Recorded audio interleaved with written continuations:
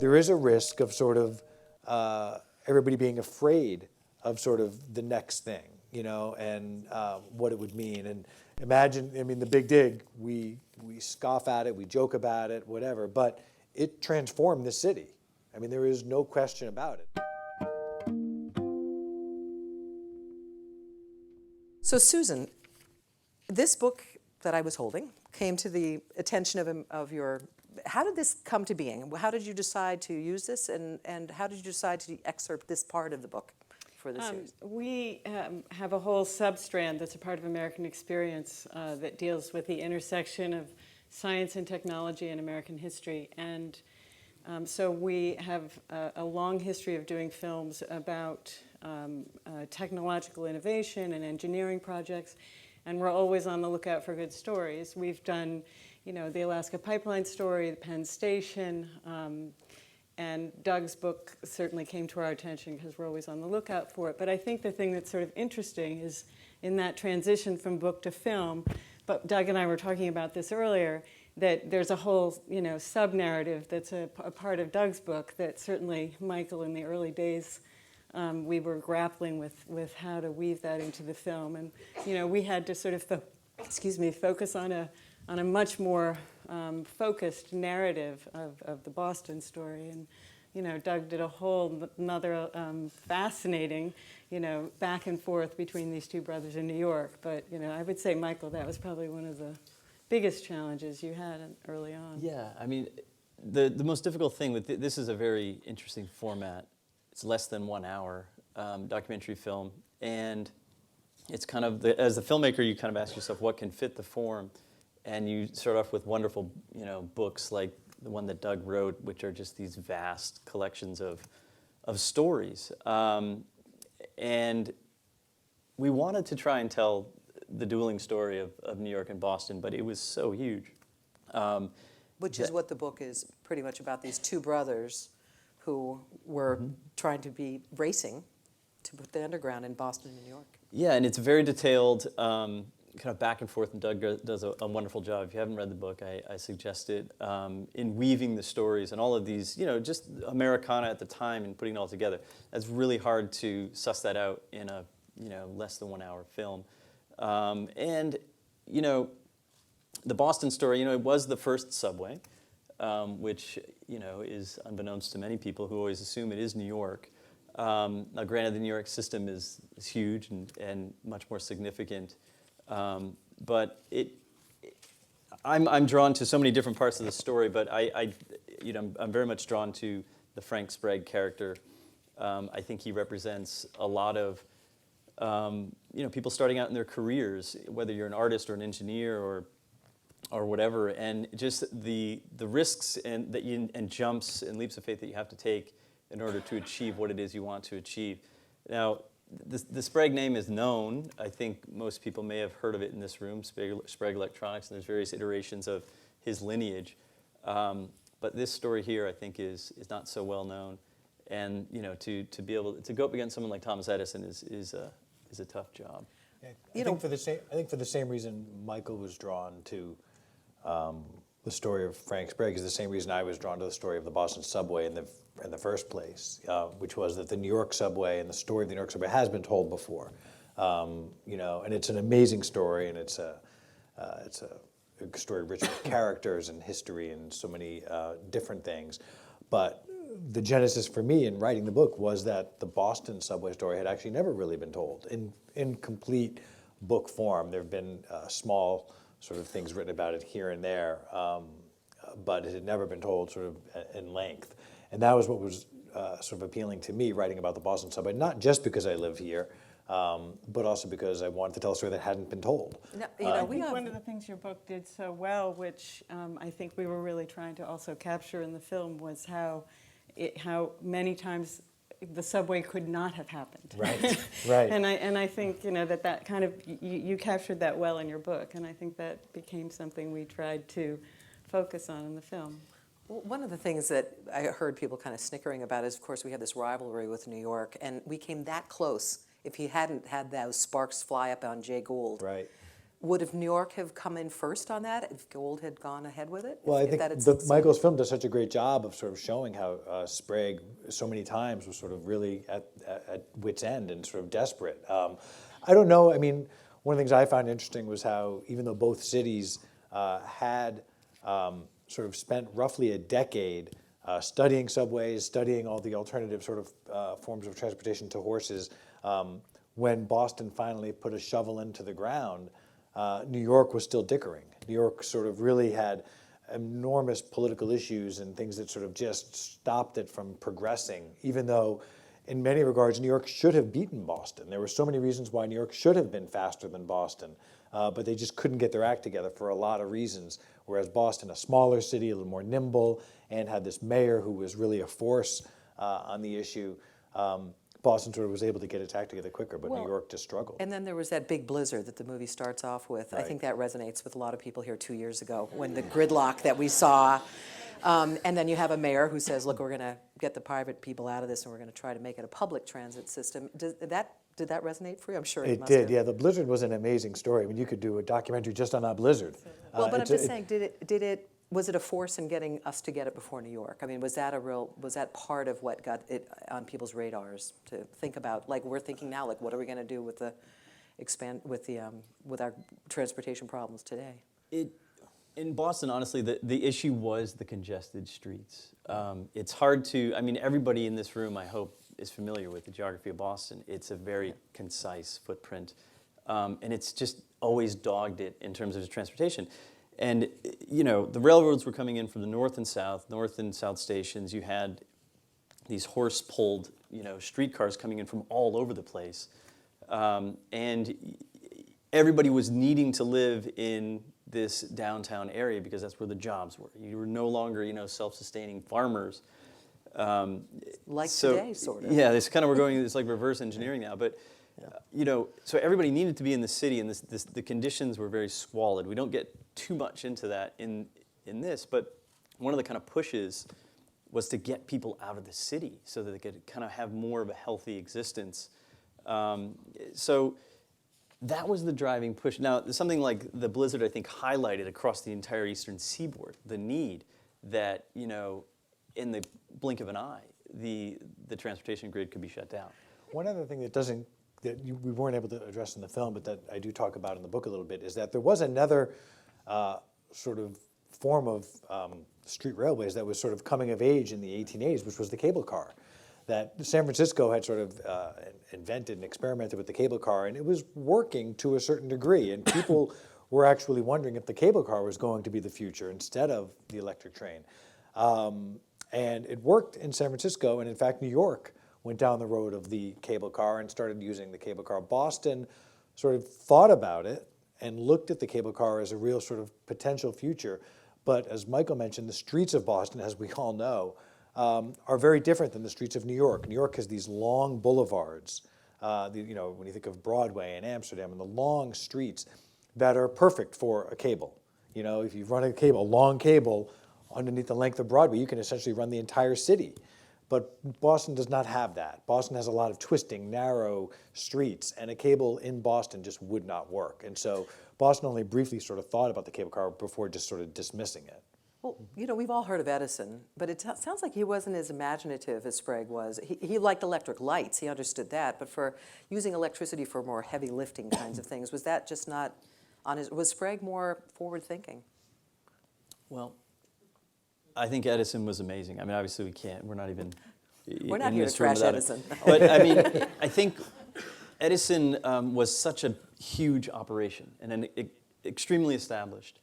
And he had his eyes set on other things. And what I've kind of gleaned from the story is that, you know, he wasn't as focused and energetically as focused as Frank Sprague with this very, you know, he didn't have 200 pages of sketches in his, you know, early 20s on various motors and armatures.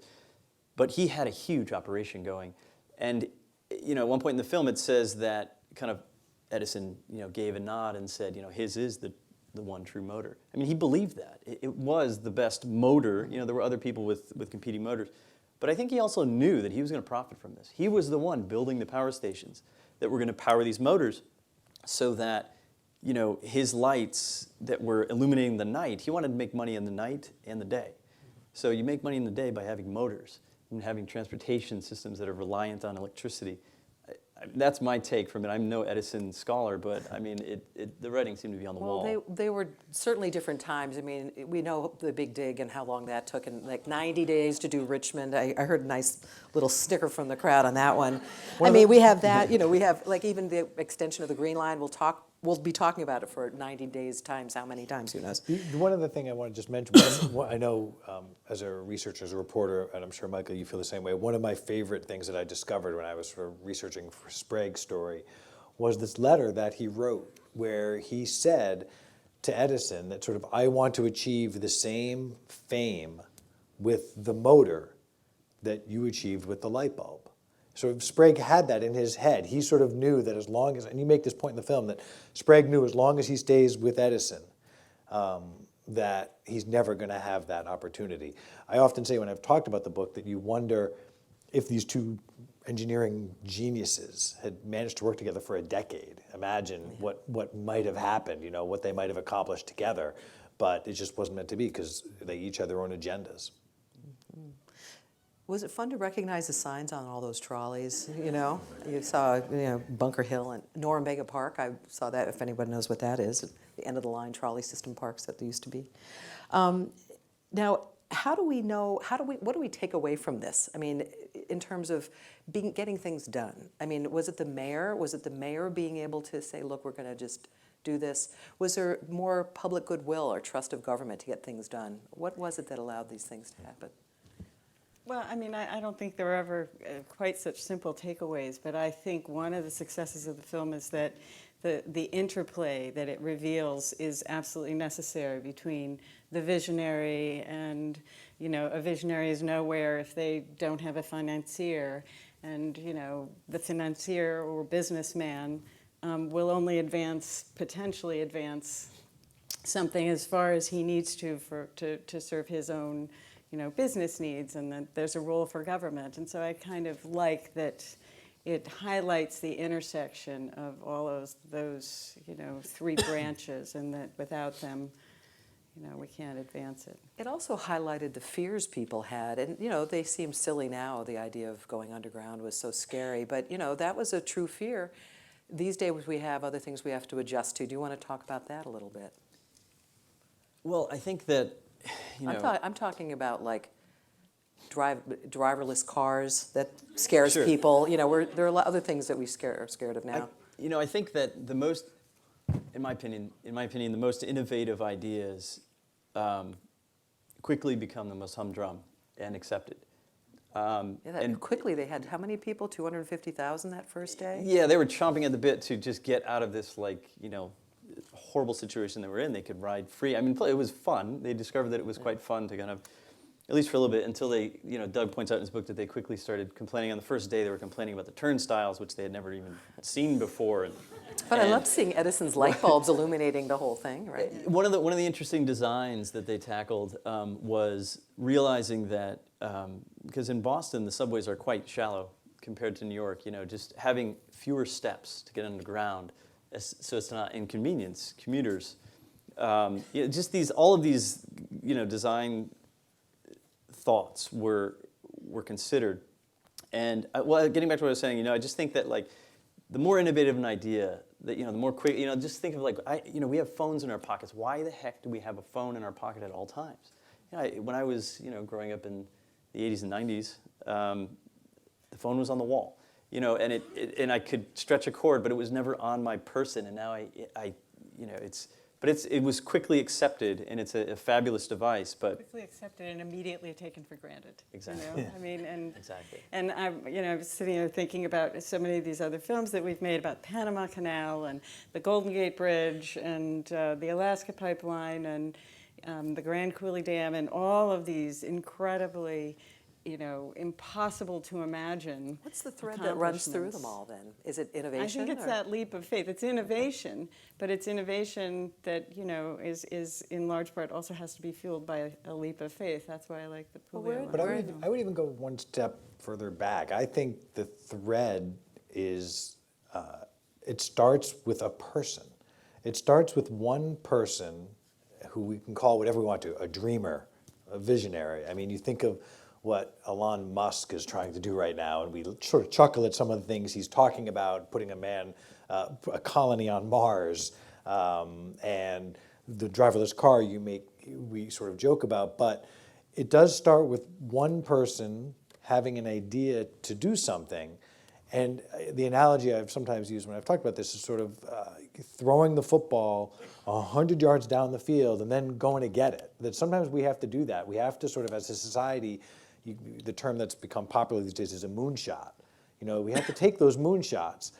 Many of them, in fact, most of them will never succeed, right? But the ones that do succeed, the electric motor, the polio vaccine, putting a man on the moon, those are all moonshots. And we have to continue as a society to keep doing them so that we push forward and change. And like I said, most of them will never succeed, but the ones that do are the ones we remember. Should we open up to some questions from the audience? Sure. Yes, go ahead.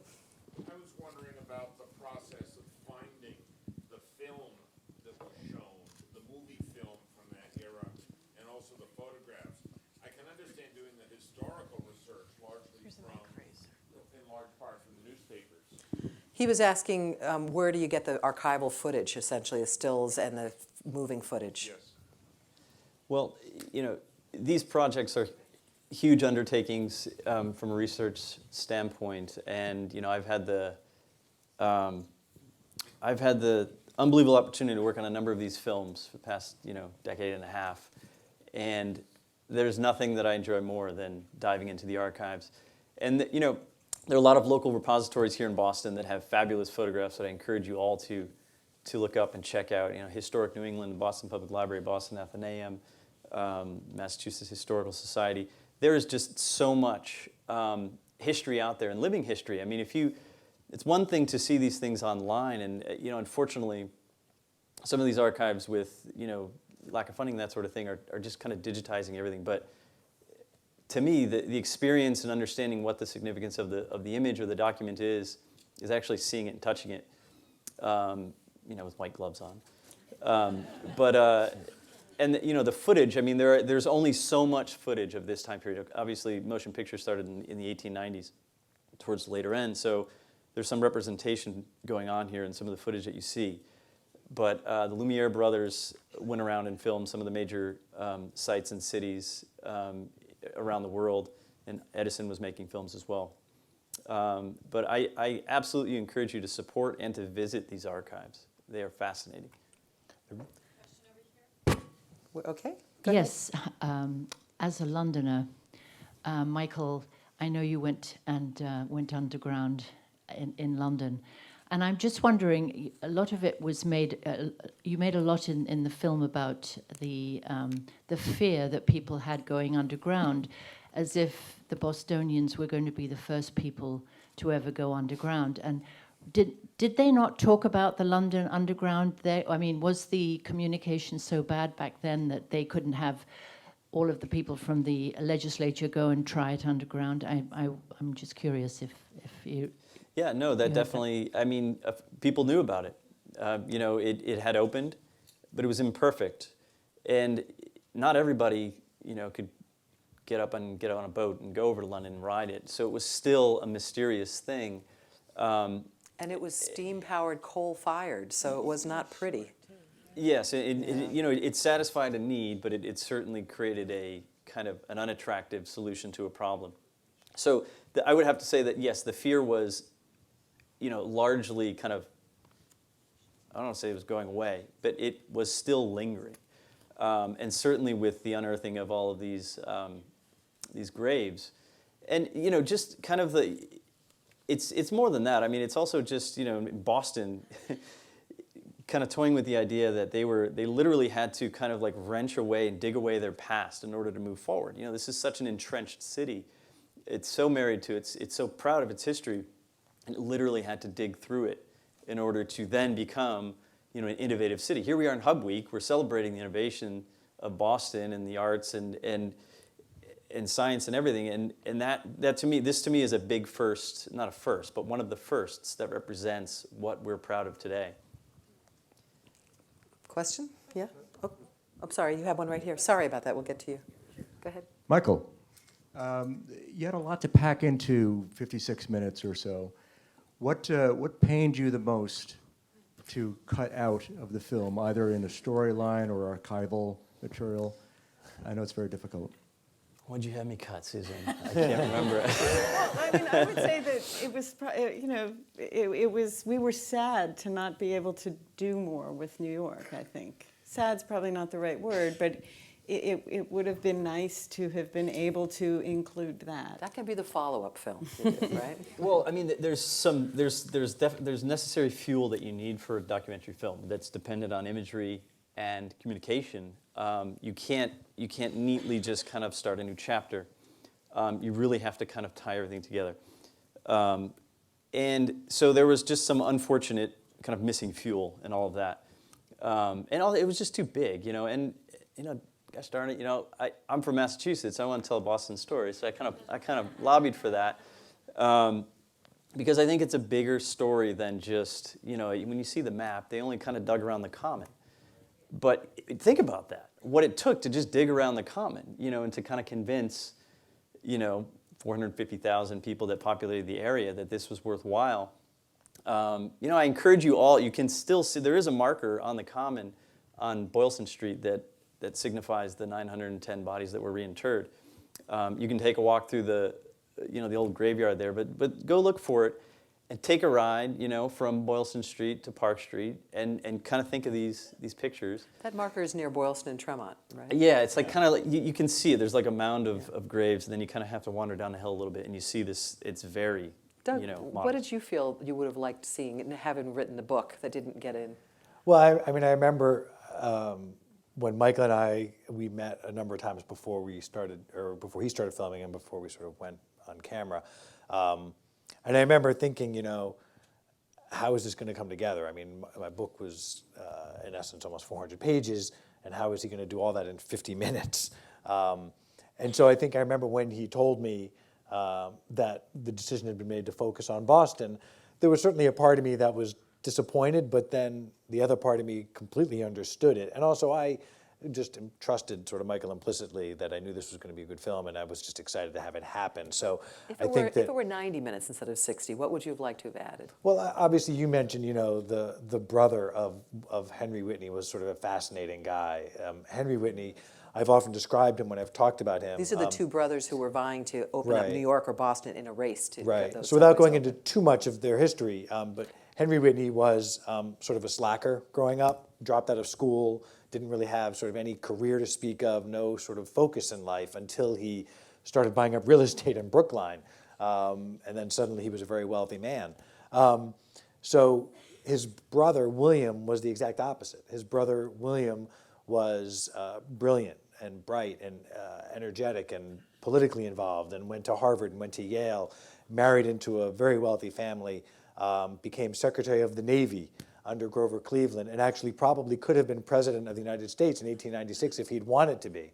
He was that popular. He was that big of a political figure. So they were really not the same person. They were very different brothers, but they both had passions and interests in government and transportation and helping the public, and so they did have some similar interests. So not being able to sort of tell William's story, but again, we had 50 minutes, and so I understood it, but I think that that's a great story that, again, hasn't been Well, told. if you like the movie, you should read the book. That's what it comes down to, right?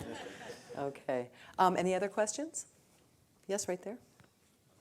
Not a question really, but I just want to say I thought the film looked great. I thought it was really quite beautiful, and had a lot of variety that you sometimes don't see in these films, historic films. I even like the color film of the dinner party and the cigars and the ashtray. I thought it was really nicely done. Yeah, the Algonquin Club. I remember when I found that, my wife who's here, we actually used to live just down the street from the Algonquin Club in Back Bay. And I think we even looked at it as like a wedding venue at one point, long before this film. But it's an amazing place. And I remember I was so glad that Mike was able to include that scene because it was a great scene, and I go into it in great detail in the book, just that scene of Henry Whitney schmoozing and wining and dining these sort of big businessmen at the Algonquin Club. Are there any people, I can't see the back very well, but were any hands up back there? I just don't want to neglect to pick on somebody back there. Okay, I'll take somebody right here then. Are they in the green jacket? There's some. Both of you. Yeah, there you go. Either one. Two green shirts, two shirts. Sorry.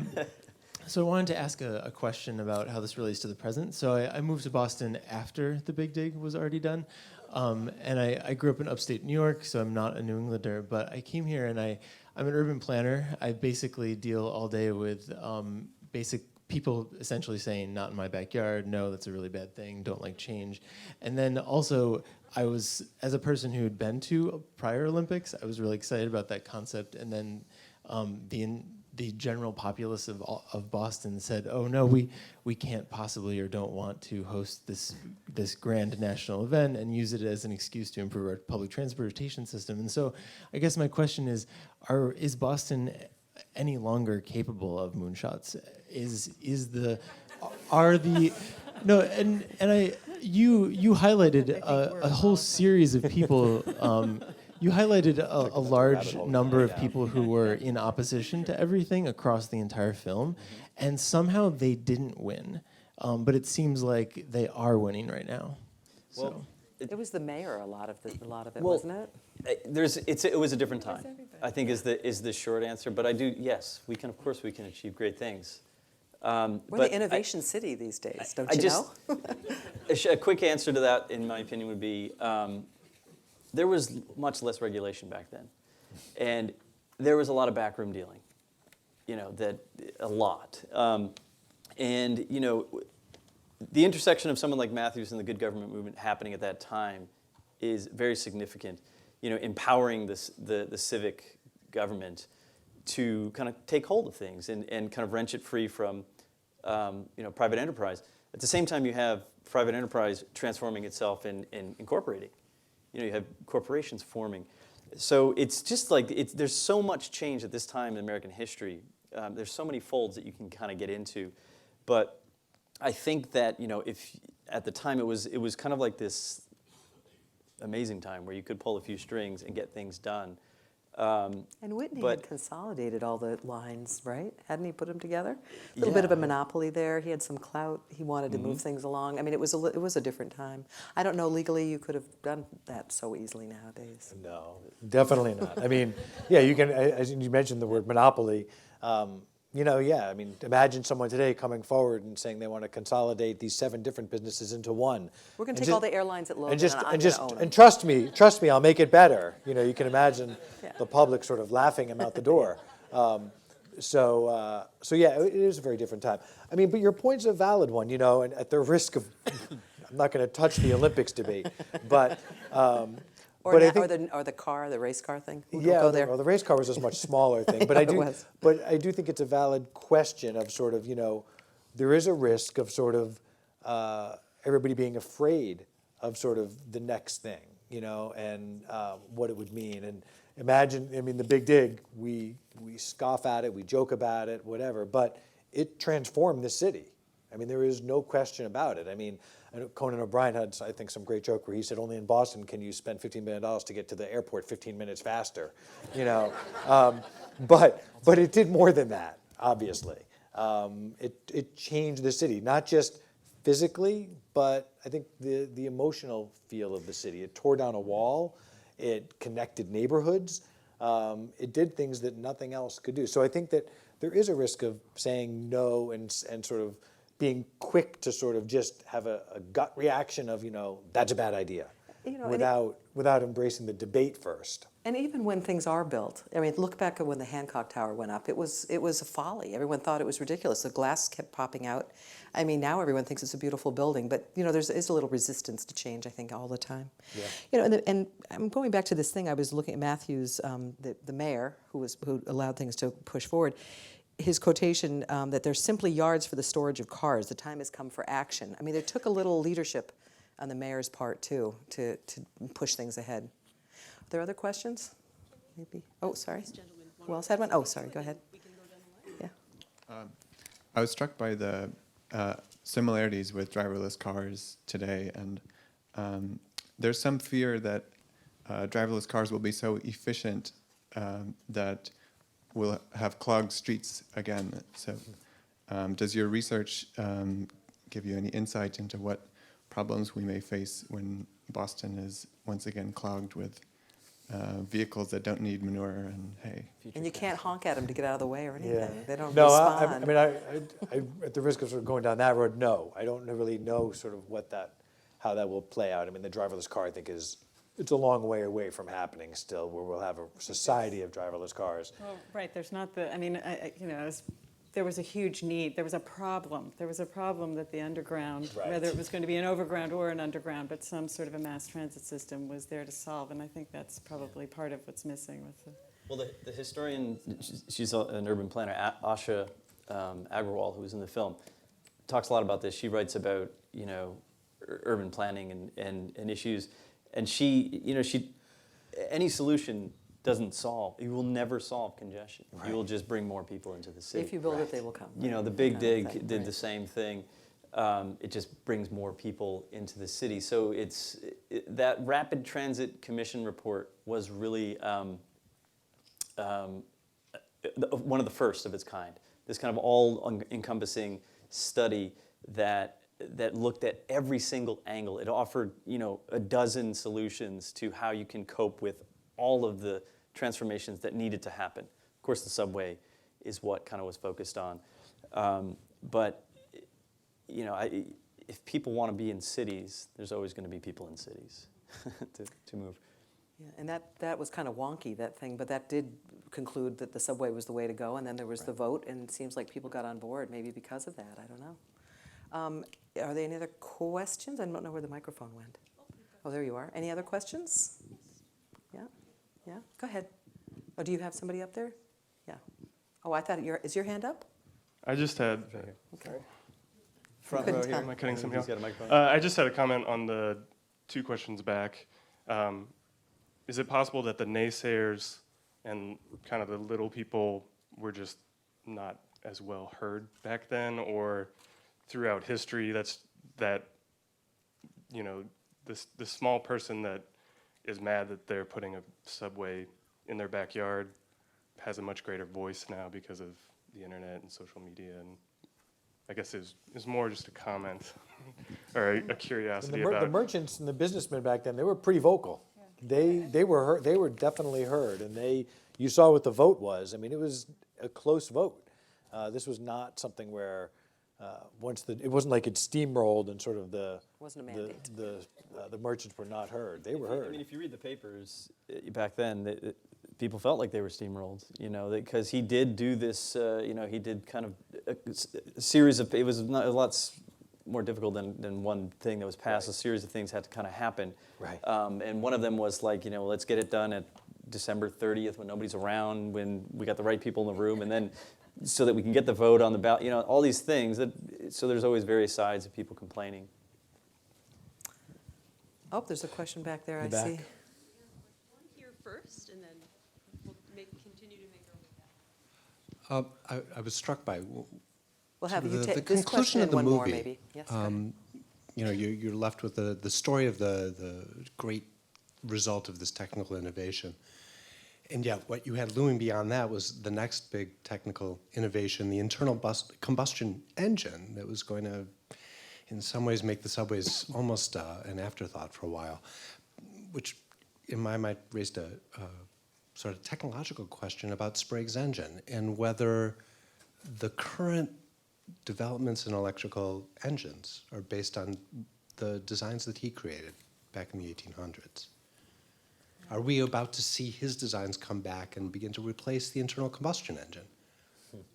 It's an interesting observation. Hard to say. I mean, Maybe that's a nova. I mean, I would say no. Did you hear what she said? Maybe that's a Nova thing. They'll look into it for you. right. I mean, I am far from an engineer, but I would say no. But I think that things have built off of that development and improved, and there are so many different forms of power now. Whether it be lithium batteries and that sort of it's just Right. it's beyond my reach to answer.